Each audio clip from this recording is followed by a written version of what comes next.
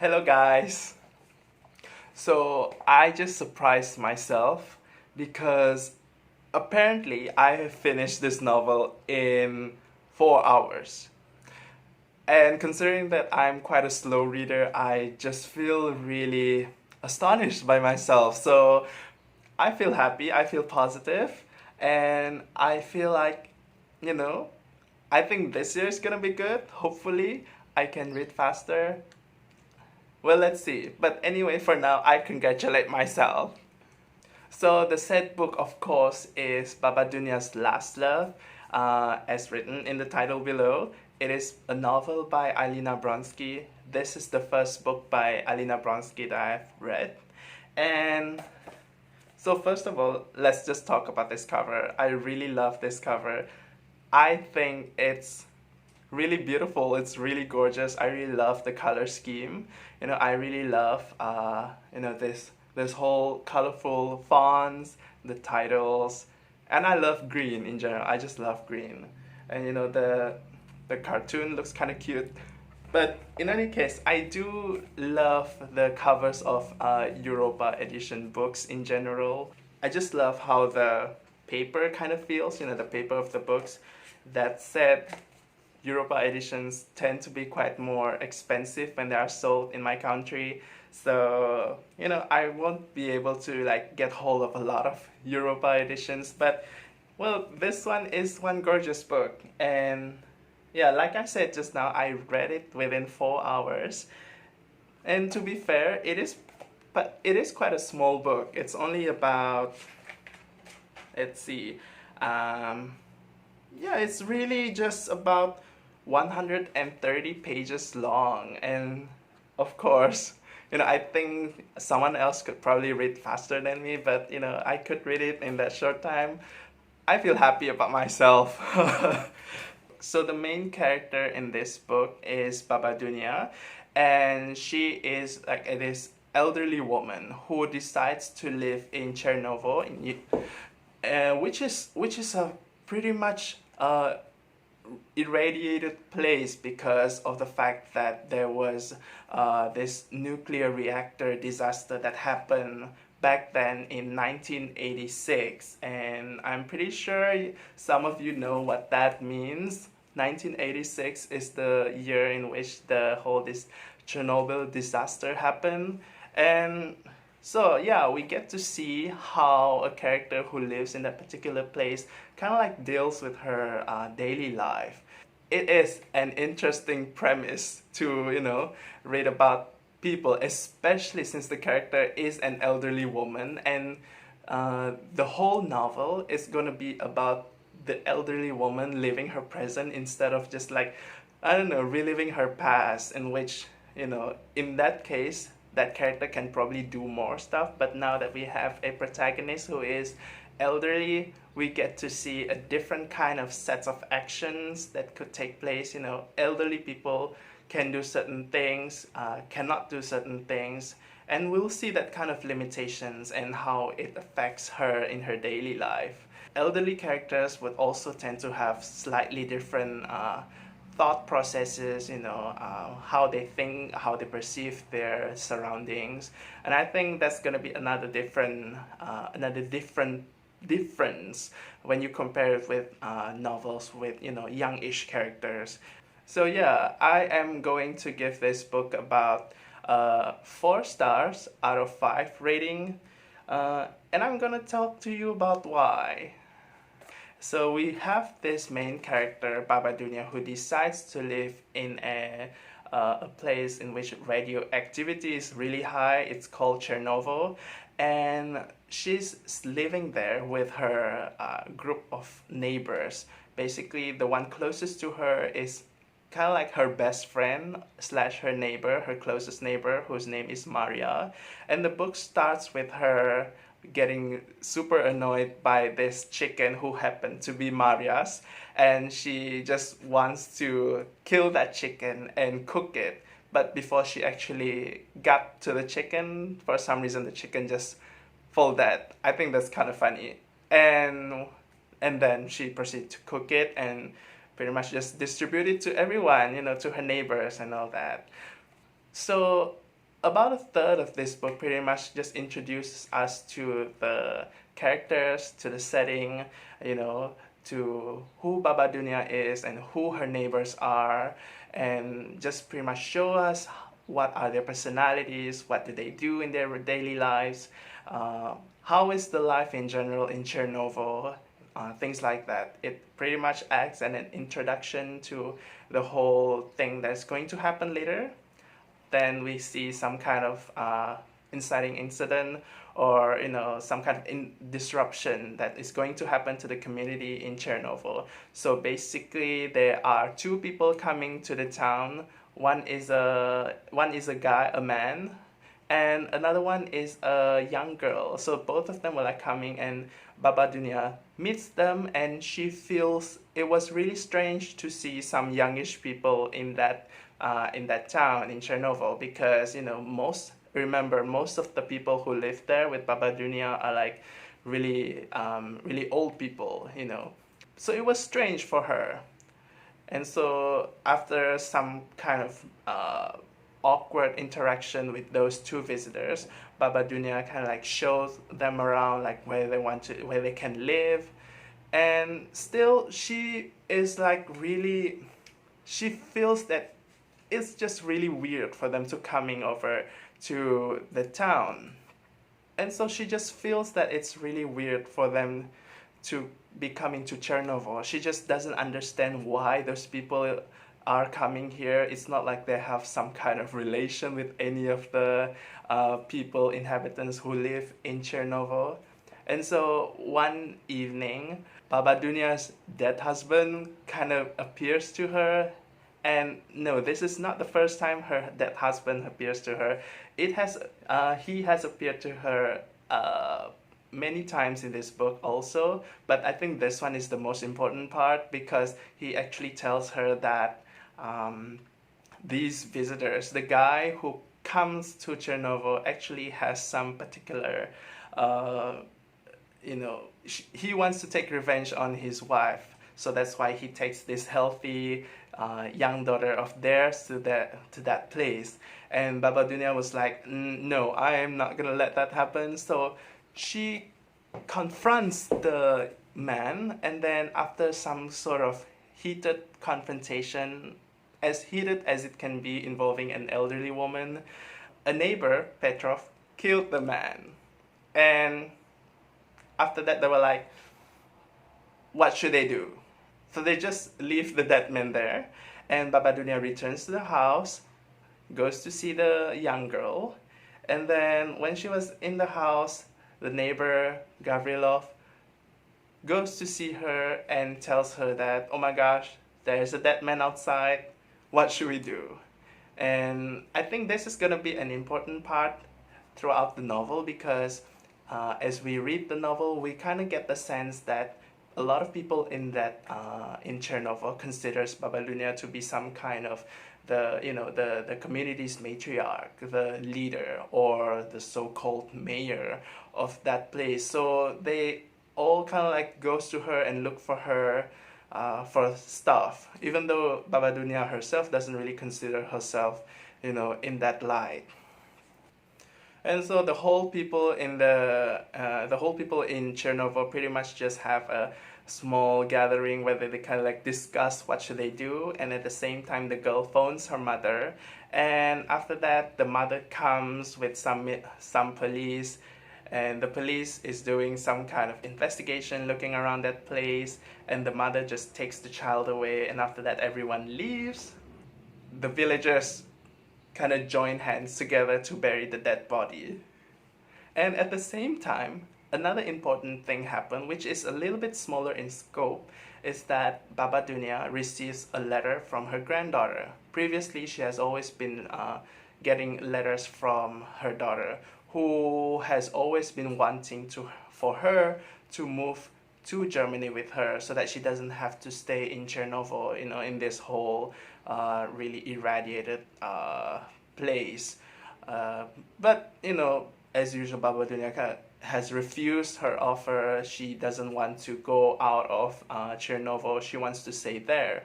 But when the letter from granddaughter arrives, she was a bit anxious because she has heard a little bit about her granddaughter when, from her daughter's letter. Her daughter is named Irina, and the granddaughter is named Laura, and so she wants to know more about Laura, but unfortunately she isn't able to read her letter, and so that is another small subplot that involves Baba Dunja's kind of like internal conflict, of wanting to read that letter.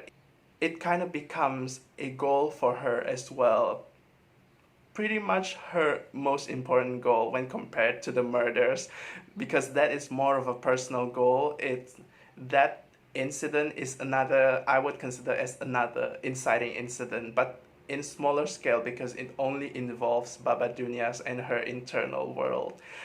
And from that time, she has been trying to look for people who can translate the letter for her. She has been going to her friend Maria if she can translate it for her. She goes to Petrov, the guy who killed the visitor, if he can translate the letter for her. She has been going to a lot of other people to translate the letter for her to no real success. So back to the story of the inhabitants. After they bury the dead body, Maria, the friend, she was proposed by another neighbor, Sinorov, and they ended up getting married and having a wedding. And it was during the wedding night that suddenly the military police arrived, and all of those people got arrested. And so now they have to figure out what to do since they're already in prison and they are on trial, and how would they escape this whole thing after being, after committing this murder. So the tone of this book at first glance would pretty much kind of give you this impression that it is going to be a little bit grim, a bit dark, and it makes sense because of the setting. The location of this story is in Tschernowo, and with the whole thing over there and the inhabitants being supposedly radioactive, it does make you feel like a little bit depressed because they can't really escape who they are and what they are. Even if they move outside, they'll still be radioactive themselves. So there's this sense of, the inhabitants in Chernobyl feeling kind of isolated from other people, whether it's due to the fact that people are shunning them or they themselves goes into this voluntary seclusion. You get this feeling of, this lingering feeling of loneliness throughout this book. But the thing is, that is not the book is about. If you see the cover, it looks kind of colorful in a way, and that is because, the characters don't actually feel like that for most of the part. When we read this book, we see most of their interaction with their neighbors. We see interaction of Baba Dunja with her friend Maria, and we just get the impression that, well, they're just like all of us. They pretty much just live out their lives. They were trying to figure out what they want to eat, what they're gonna buy, and stuff like that. Even though it's true that perhaps their condition is slightly harsher, considering the fact that they are pretty isolated, and if they want to get more basic supplies, they have to go some distance away to a nearby town. And yeah, let's not forget that the characters are all elderly people in this book, and so it's not like it's an easy task for them to just like go out and then get those stuff and back to their place in Chernobyl. And talking about the interaction, I really love the interaction between Baba Dunja and Maria, because I think in an environment in which this whole place is, it feels a little bit strange to us because we're not used to live in a place that is labeled as irradiated. They actually shows that, normal interaction can actually just happen in this place. Like, they don't really care about if they're gonna die or whatever. They don't occupy themselves with those kinds of thoughts, but rather we see like really real human interaction, especially between these two friends. And I think that part is really heartwarming. It gets funny sometimes. Baba Dunja also detects that her friend is depressive, and we get to see all of this really human side of their interaction without actually going, uh, you know, lingering on the fact that they can't escape who they are, they can't escape uh, how the society perceives them. So in general, the tone of this book, it kind of flip-flops between feeling a bit dark, feeling a bit uplifting. It goes dark and bright, dark and bright, and that is also partly due to the fact that Baba Dunya's character is kind of sarcastic. She speaks with some dry wit, and she's pretty much the narrator of this book as well. And so you get to see a lot of her thoughts in here, and a lot of her thoughts don't even concern about her dying. She mentions it twice or a few times, but it is not what is occupying her mind, but rather, as we see later in the book, the most important thing is when her granddaughter's letter arrived, and that is like one thing that really causes her to be anxious.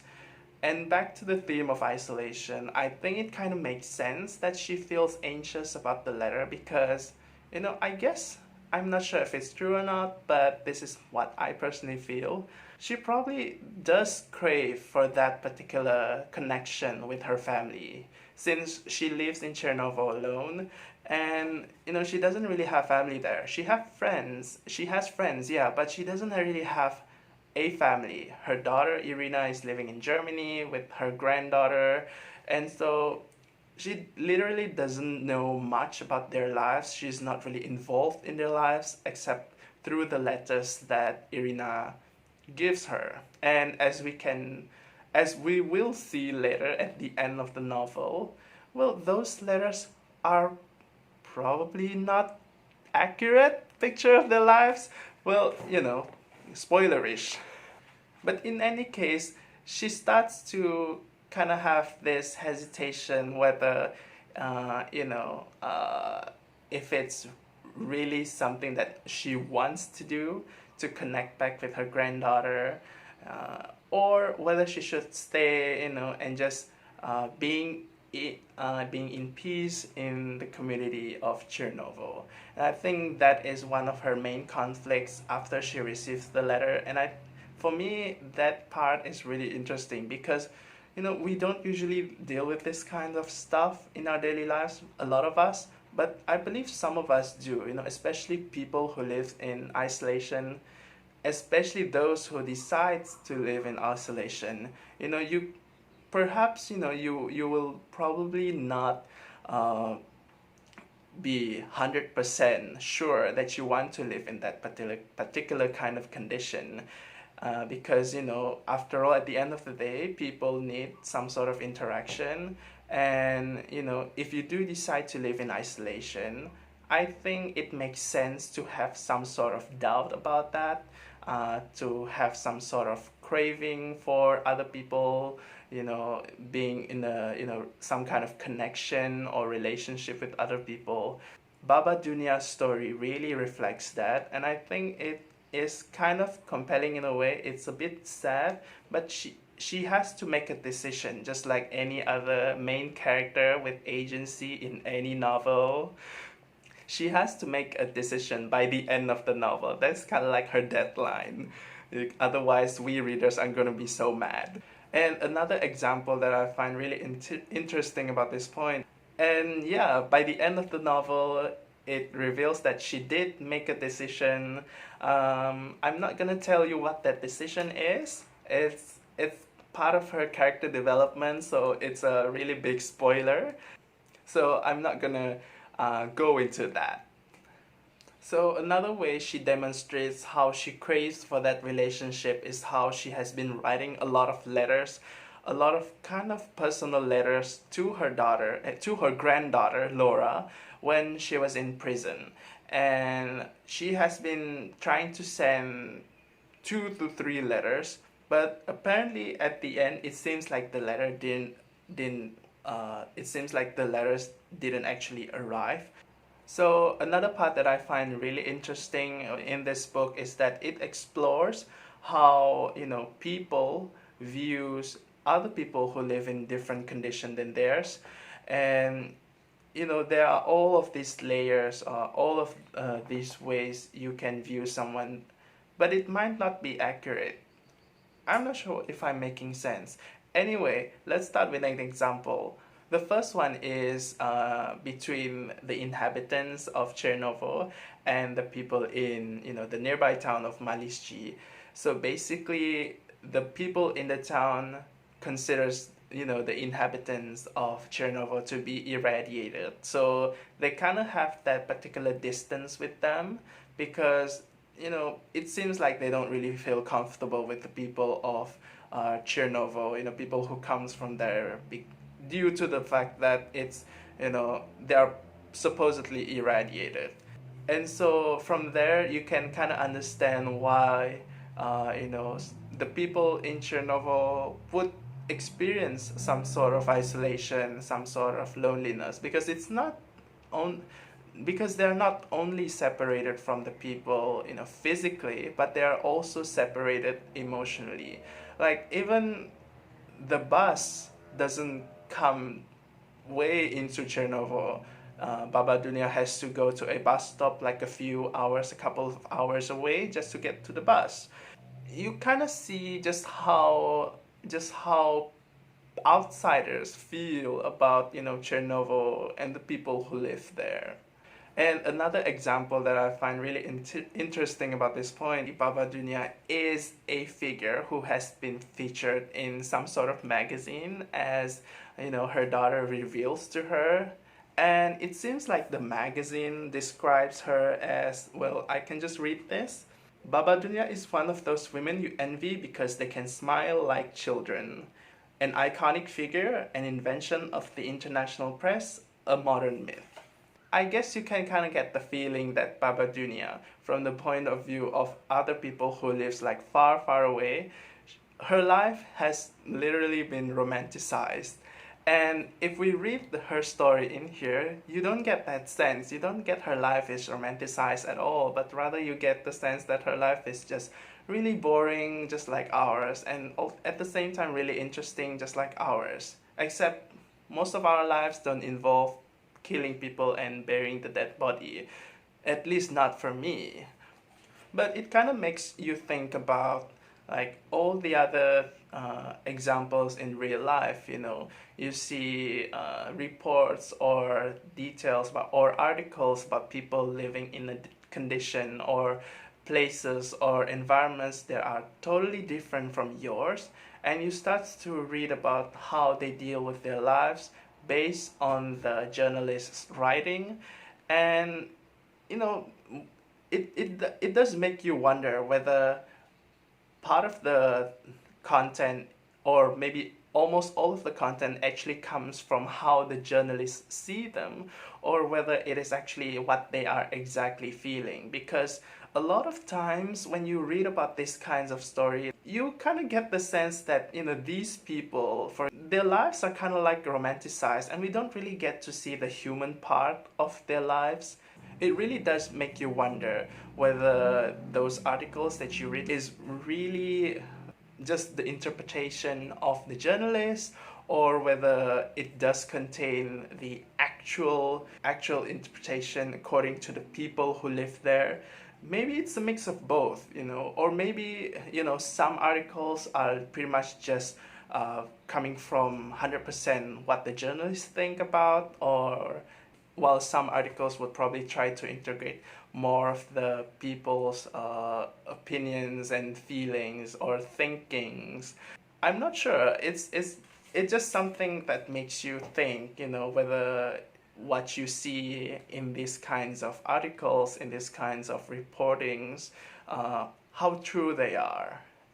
So the third point that I want to bring out about this book is actually the fact that the main character, Baba Dunja, has the ability to see ghosts. And I think that that is something that I find personally really interesting because, as you know, I do like stories with a bit of fantastical elements to it. Um, the fact that she can see ghosts, it doesn't really contribute much in terms of the story being magical, but rather, because she's living in Tschernowo and how that place is kind of like related to death by some people, and the fact that she can see many ghosts over there, I think it kind of makes this story feel a little bit, it lean more towards the darker side. It kind of shifts the novel's tone a bit to the grim side. But at the same time, she is also seeing the ghost of her dead husband, who seems to be talking back to her, whether it's actually her psyche or it is an actual ghost. I don't think it's really important. But her dead husband ghost apparently is actually very important to the advancement of this story's plot, because remember, it's the dead husband's ghost that who tells her what is the motivation of that visitor coming to Tschernowo. And if he had not told her about this, maybe she wouldn't have confronted the guy, and then the guy would probably be still alive, and the whole event of the story will not happen uh, without that particular intervention. At the same time, she also has been talking about how she sees the ghost of the dead rooster that she killed earlier in the book. Well, no, she doesn't really kill that dead rooster. And yeah, the fact that she mentions about her dead husband's ghost and the chicken's ghost, it really shifts back the tone of the book to a somewhat more witty, colorful side. So yeah, back to the tone of this book, it really is a mix of something dark, something light, pretty much just a mix of those two. And I think it's not really confusing, but it doesn't feel confusing, it feels real. So the reason I'm giving this book a 4 out of 5 stars rating, because I do think that there are certain parts of the book that feel slightly anticlimactic, especially the ending. But at the same time, I think the ending kind of makes sense. Though I do feel like immediately after I finish reading it, I feel like I want more from this book. Like, is this how it ends? But then when I think about it more, I think that the ending kind of makes sense as well. I think it's a nice closure to her. It represents her decision, and it represents the resolution of this book. To me, it feels, more and more beautiful as time passes. The more you think about it, the more it makes sense. The more it feels like a good ending. So that is all for Baba Dunja's Last Love for now. If y'all have read this book as well, and if you have any thoughts about it, or if you feel like reading this book, just write down in the comments below. Share what you think about this book, or share why you would want to read this book. If you have any other recommendation that is somewhat similar to this book, feel free to share those below, because I really would love to know. I really like this book, I really like the tone, and I would love to read other books that have this particular tone as well. Anyway, I have also chosen the next book that I want to read. I have a feeling that this book is going to be much more serious book compared to Baba Dunja's Last Love. Silence by Shusaku Endo. So stay tuned for next video. I'm not sure when that is gonna be, but it will definitely be when I have finished this novel. So bye!